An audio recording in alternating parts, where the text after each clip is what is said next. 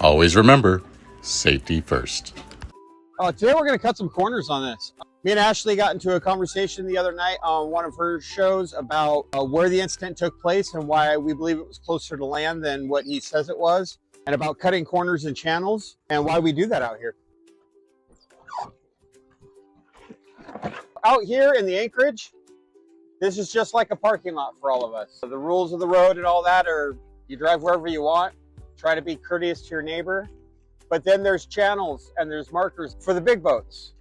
And when we say big boats, we mean these boats you see out here or bigger. Dinghies are more like bicycles. You got to think of them like bicycles.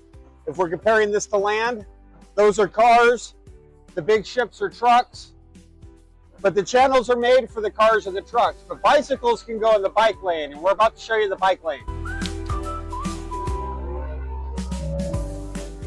So as we approach this channel, we're doing 13 knots. I want to put that in perspective because when you're picturing a dinghy out here bouncing on the waves and me bouncing off, you're picturing what speed a dinghy normally does, which is 12 to 15 miles per hour. His dinghy did 3. We'll show you how slow that is. So these two channel markers up here show you where the big boats go. We can cut right inside them, and oftentimes we will because we don't want to get waked out by the big boats. As we go around the corner down here, we'll show you a different channel where we really cut some time and distance, but we're allowed to go on this side of the channel. This is the bike lane for dinghies. We are doing 3 knots, which is the speed of Brian's boat. We're doing 3 knots through here because that's what you're supposed to do, to not wake out these people that are getting fuel. But 3 knots is not that fast. I want you to picture what kind of wave has to come for me to fall off right now, right? To fall over backward. I just want you to picture at 3 knots in a little boat, what kind of wave and wind it would take to knock me off the back of this boat right now. I can't picture that.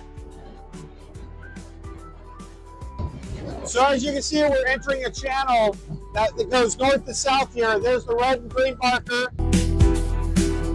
And then up here, there's another red and green marker. And then further down, there's another red and green marker. That's the channel. And as you can see, the big boat is coming down through the channel. As a dinghy, we stay in the bike lane. We like to stay off to the side of it. And there's a couple reasons for that, and I'll show you what happens when we cross behind this big boat. We're going to get waked. We'll try and slow down to about his speed.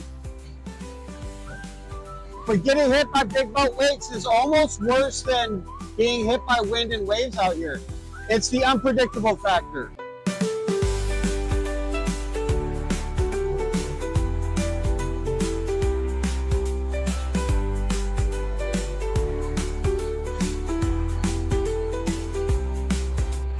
So here's some big wakes. We're doing about 6 knots.